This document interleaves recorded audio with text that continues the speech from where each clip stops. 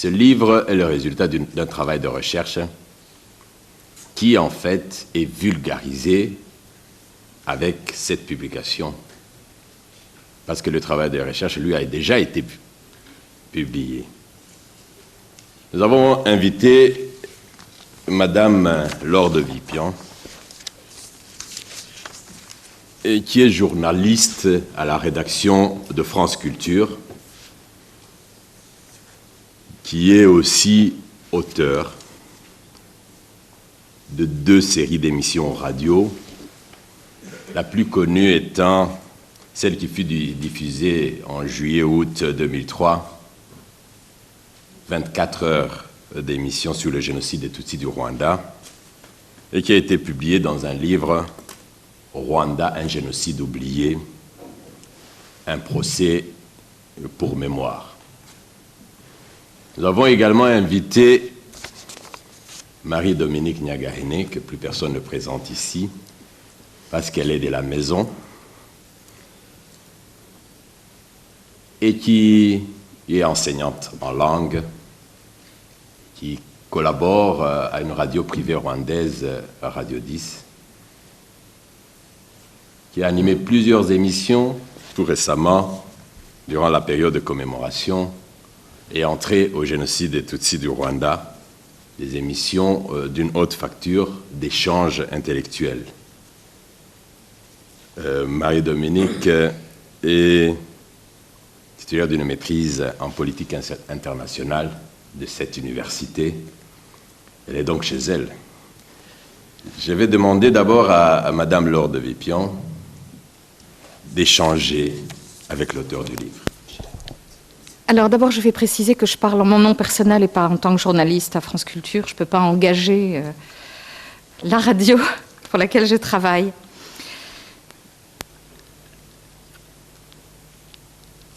Alors ce livre est écrit à cause du film, en fait. Enfin, peut-être pas uniquement à cause du film, mais en tout cas, le film a forcément joué un rôle dans la publication du livre, dans le fait que vous l'ayez écrit.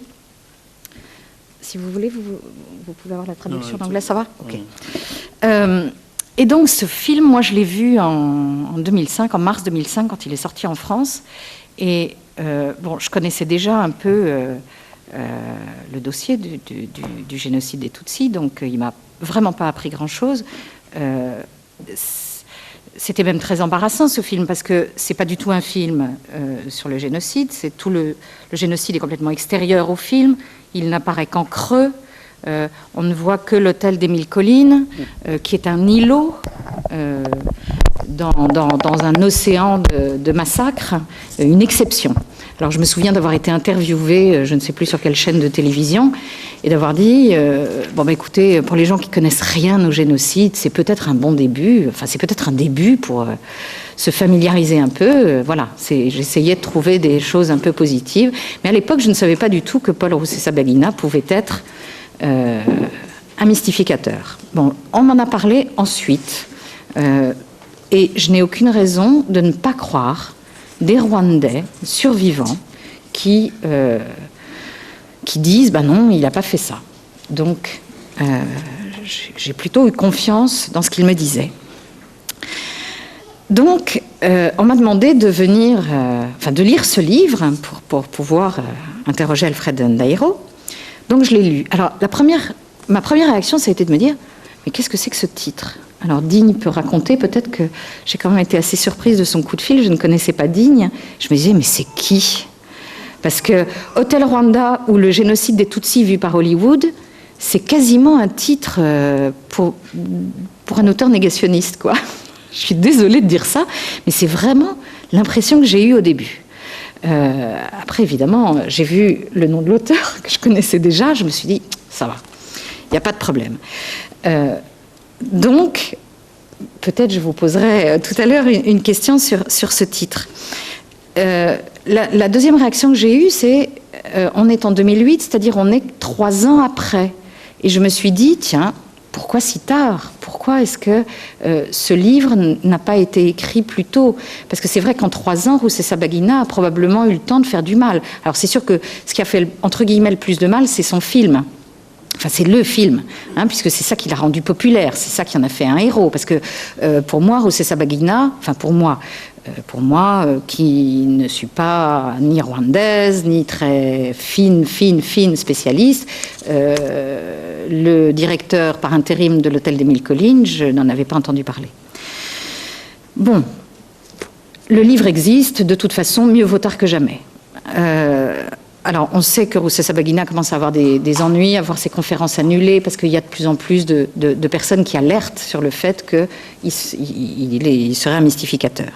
Alors, de toute façon, il a mystifié le public, éventuellement. Il a quand même mystifié aussi le réalisateur du film, Hotel Rwanda. Moi, je ne juge pas. D'abord, je ne juge personne. Ensuite, je juge encore moins Terry George. Je ne sais pas s'il a été abusé ou si volontairement il a accepté d'entrer dans le jeu de Rusesabagina. Ça, je ne peux absolument pas me permettre de le dire. Bon, mais Terry George, en tout cas, on peut supposer qu'il s'est fait abuser. J'ai découvert hier soir, j'ai téléphoné à Raoul Peck, dont le film a été projeté hier soir. Donc ce film, Sometimes in April, je l'avais déjà vu. Il y avait une interview dans le journal La Croix en France hier matin, dans lequel Raoul Peck disait « HBO m'a proposé de faire Hotel Rwanda avant Terry George ». Alors là, j'ai été extrêmement étonnée.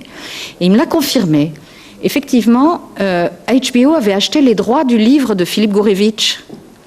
Et j'ai relu les 2 chapitres dans lesquels Gourevitch parle de Rusesabagina. Il en parle comme quelqu'un de très bien. Enfin, je veux dire, il lui donne la parole. Rusesabagina raconte son histoire, qui est l'histoire qu'il raconte dans le film. Donc, je veux dire, le livre de Gourevitch, il date de 98.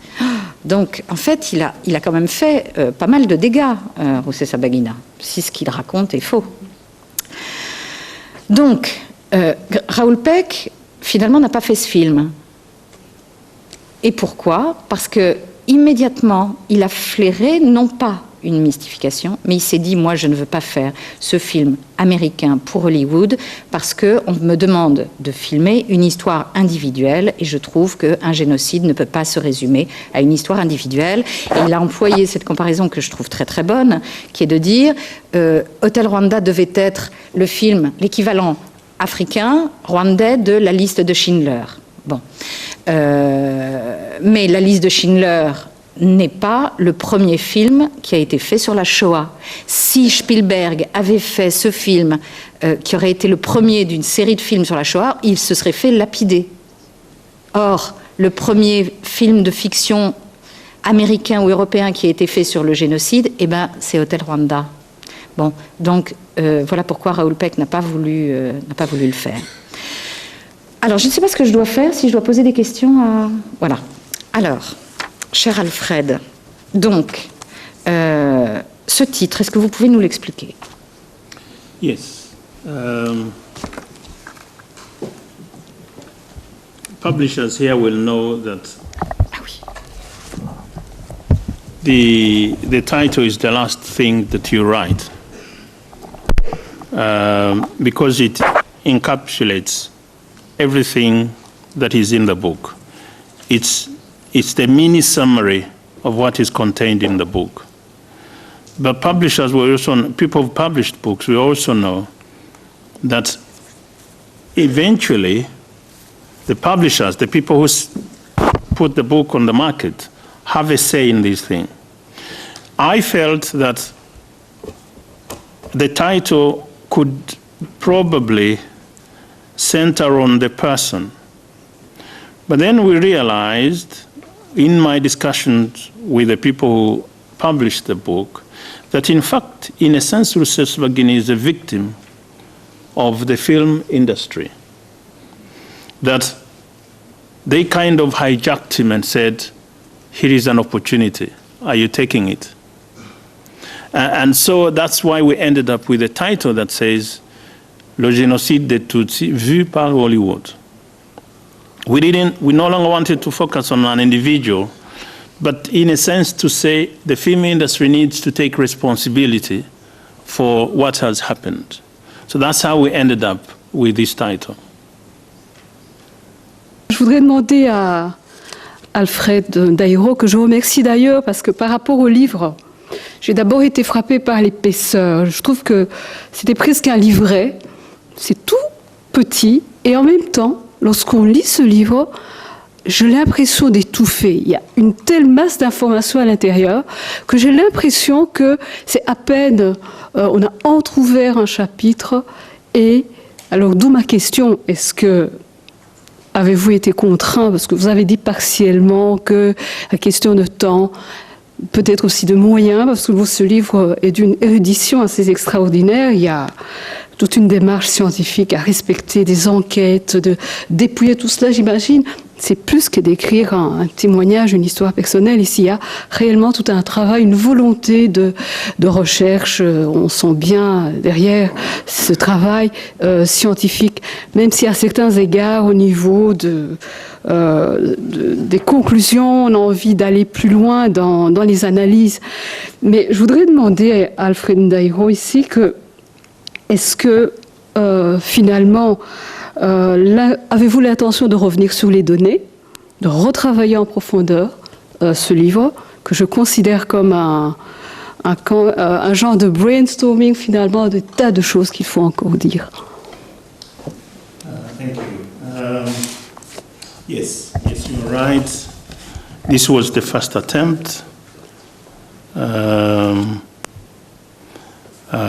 that we didn't do a serious piece of work, no.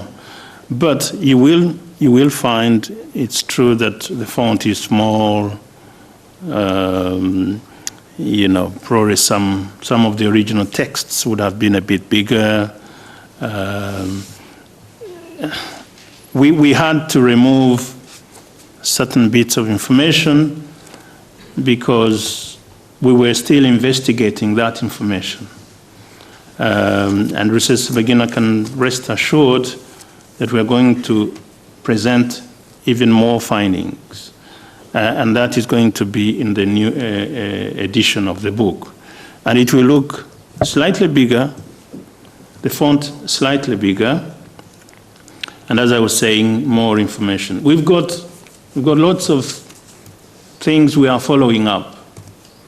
But things that we could not present until we have real evidence. In here we say that some people will be offended because some of the information may sound of a personal nature. But in actual fact, I can assure you, we decided to take out lots of information because it sounded personal and we didn't have enough evidence at the time. What we presented is something that we can substantiate here and now. So yes, it's going to be redone. It's going probably to look slightly bigger. The font will be a lot more interesting to read. But as you started by saying, it's also nice to have, this is not an academic piece of work as such. It's a book that needs to be read and finished at a stretch. It's not a book that you put in a bookshelf, read it, put it back on a bookshelf, and the next day you read again. No, the intention was to have something that you can read and get the message. But yeah, we will improve it, and we'll present more information in future. I can't promise when, but we'll do it. Ok, merci. L'autre questionnement, même si nous avons trouvé certaines réponses dans notamment l'exposé de José Kagabo, concerne la partie qui vise à créer des pseudo-héros, de les récompenser absolument par accompagnement d'apparats de toutes sortes. Ici, ce qui frappe tout de même le personnage de Paulo César Baena, c'est la liste de récompenses, une liste impressionnante qu'il a pu récolter, et tout le faste aussi qui accompagne son livre An Ordinary Man. Et je me demande si vous, avec votre livre, allez pouvoir bénéficier du même faste, ce qui m'étonnerait. Mais je pense tout de même que je me suis tout simplement demandé, est-ce pour compenser l'inaction de la société, de la communauté internationale face au génocide, qu'on se presse de récompenser, de mettre en avant un héros qui serait rwandais de surcroît, une façon de se rattraper. Je me pose tout simplement la question, mais je me pose la question de savoir comment finalement votre livre a été accueilli par par l'Harmattan. Est-ce que ça a été un grand bras ouvert ou est-ce qu'il y a eu des réticences? Voilà. Well, that you can tell me. You can tell me. Harmattan did not hesitate. They did not hesitate. I think they saw the essence of the message, and they were happy to spread it. So we didn't have any bargaining or any pushing. As to whether they are going to be, I don't know. I'd like people in the international community to read it and tell me what they think. I think people have been duped, honestly, including President Bush. You know, he's given this man how many medals? And a number of other people. Now, if they discover that this is not the kind of person they had in mind, I don't know what they are going to do. I'm not expecting anything from it. Certainly not money or an award. But I think, as I was saying, it is my responsibility, it is society's responsibility to deal with such people. A lie is a kind of suicide on the part of human society generally. So I was not, and as I said, it's survivors who told me. I said, this is not true. What we hear, what we are seeing in the film is not what happened. So someone had to do it for them, and I volunteered to do it, and I was happy to do it, and I'll continue in that line. I don't know whether I've answered your question. Oui, je pense qu'en effet, il y va de la responsabilité de tout un chacun ici, et de vous aider en tout cas, de porter ce livre. Et je doute fort que nous puissions bénéficier d'ailleurs d'un soutien, vu le combat encore à mener, et que donc dès le moment où un ouvrage comme celui-ci dérange, et dérange à plusieurs niveaux, j'imagine qu'il faudra aussi le mener avec le même acharnement.